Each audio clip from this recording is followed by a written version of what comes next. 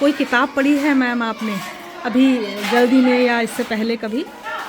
चूँकि मैं एक उर्दू टीचर हूँ तो जी। मुझे उर्दू ग्रामर और उर्दू साहित्य से ज़्यादा लगाव है। जी। तो इस्मत चुगताई एक उर्दू की राइटर है। जी। उनका है मेरी बेटी, हाँ। एक किताब है, तो वो मैंने पढ़ी है। एक अच्छा। स्वालिया रहमान है, हाँ हाँ। उनकी है मेरे खिलौने। अच्छा। ये दोनों मैंने पढ़ी हैं। वो बच्चों के माध्यम से एक अच्छी किताब है। अच्छा तो अच्छा मुझे बताइएगा, मैं भी पढ़ना चाहूँगी, तो क्या कुछ बता पाएंगी इन किताबों के बारे में? कोई संदेश है इसमें?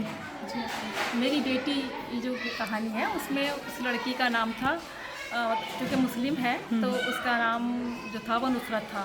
तो वो जो नुसरत थी तो वो पढ़ना चाहती थी, लेकिन उसके छोटे बहन भाई थे, तो उसकी मम्मी भाई को तो भेज देती थी स्कूल, लेकिन उसको रोक लेती थी कि अच्छा। तुम्हें अपने भाई को खिलाना है, हाँ। या मेरी तबीयत ख़राब है तो आज थोड़ा घर के काम वगैरह करना है। और उसे पढ़ने का इतना लगाव था कि वो हर चीज़ में कुछ पढ़ने के साधन ढूंढ लिया करती थी। तो अगर उसकी मम्मी ने कहा है कि ये आटा गूंदना है, तो वो थाली में सूखा आटा फैला दिया करती थी और उस पर अक्षर बनाया करती थी। अच्छा। हाँ।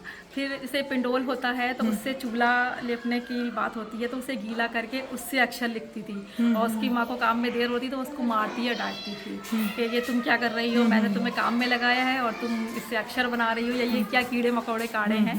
तो फिर एक बार उसके गाँव में एक सर्वे होता है, तो एक महिला आती है, तो वो उसकी इन कलाओं को पहचानती है कि बच्ची क्या चाह रही है और इसको क्या मिलना चाहिए। तो फिर वो उनके माँ बाप को मोटिवेट करती हैं कि आजकल ऐसा ज़माना नहीं है कि मतलब सिर्फ लड़के पढ़ाएं और वही आपका घर चलाएं, बेटियों को पढ़ाएंगे वो भी आपका नाम रोशन करेंगी, तो आप इसे स्कूल ज़रूर जाने दें। बहुत बढ़िया। ये मतलब जिस्ट है उसका, बाकी तो बहुत अच्छी कहानी थी। हाँ। और एक ऐसे स्वालिया रहमान की जो है मेरे खिलौने, अच्छा। वो भी बहुत अच्छी है। उसमें एक छोटा बच्चा अपने दादा के साथ भीख मांगने जाता था। उसकी ये ख्वाहिश थी कि मैं भी अपनी उम्र के बच्चों के साथ खेल खेलूं या अच्छे अच्छे कपड़े पहनूं। और उसके दादा कहते थे नहीं, भीख मांगने के लिए तो आप जितने बुरे हाल में फिरोगे उतना अच्छा है। हाँ। तो वो उसे साथ में अपने ले जाते थे और उसे इतने बुरे हाल में रखते थे कि उसको देखकर भीख अच्छी मिल जाया करती थी। तो बच्चे की बड़ी कामना थी कि ये कैसे हो ऐसे कि मतलब मैं इन कामों से छूट जाऊं और अच्छे कामों की तरफ चले जाऊं। तो एक दिन उसके दादा की डेथ हो जाती है। तो पड़ोसी उस दिन उसके साथ बहुत सहानुभूति करते हैं, उसे अच्छा खाना खिलाते हैं, अच्छे कपड़े पहनाते हैं। तो उसको बड़ा मज़ा आता है कि अरे वाह, अच्छा हुआ मेरे दादा मर गए और अब मैं इन कामों से छूट गया। और आज देखो मुझे मनपसंद खाना भी मिला है। हाँ। और मनपसंद मैंने मतलब अच्छे कपड़े भी पहने हैं। लेकिन नेक्स्ट डे जो पड़ोस के लोग होते हैं उन्हीं का हस्बैंड आता है और उसे लात मार के उठाता है। कहता है कि हाँ उठे और उठकर आज फिर भीख मांगने चलना है, आज मेरे साथ चलना है। क्योंकि वो पूरी बस्ती ही एक तरह से भिखारियों की थी, तो इसलिए सारे लोगों का यही काम हुआ करता था। तो बच्चा फिर एकदम परेशान हो जाता है, ये क्या हुआ, मैं तो सोच रहा था मैं आज़ाद हो गया और अपनी पसंद से मतलब अब कुछ करूँगा। तो उसे सिक्के मिलते थे भीख में, तो वो उन सिक्कों से अक्षर बना लिया करता था। अच्छा। हाँ, कि जैसे इसने कहीं देखा स्कूल रास्ते से गुजरा तो कोई स्कूल है तो वहाँ कुछ पढ़ाई हो रही है, तो उन सिक्कों से अक्षर बनाता था। तो एक दिन भीख मांगते हुए वो किसी ऐसे घर में गया जो मतलब काफ़ी अमीर थे। तो उसने उनसे कहा कि उन जब भीख देने लगे तो उसने कहा मुझे ये नहीं, मुझे किताब दे दो। अच्छा। हाँ। तो उसने कहा मैं तुम्हें पैसे दे रहा हूँ, इससे तुम खाना भी खा सकते हो, किताब भी खरीद सकते हो। तो उसका बेटा है जो कि थोड़ा 5th स्टैंडर्ड में पढ़ता है, वो दौड़ कर आता है और अपने पापा से कहता है नहीं, इसे किताब ही दीजिए, क्योंकि जब ये पढ़ लेगा तो ये कमाने लायक हो जाएगा और मतलब ये हमारे देश के लिए भी और हमारे सबके लिए भी अच्छा होगा। मुझे भी तो ऐसे अच्छा लगता है मेरा वो नौकर हो जो मेरे साथ इंग्लिश में बात करे। ओहो, बहुत बढ़िया।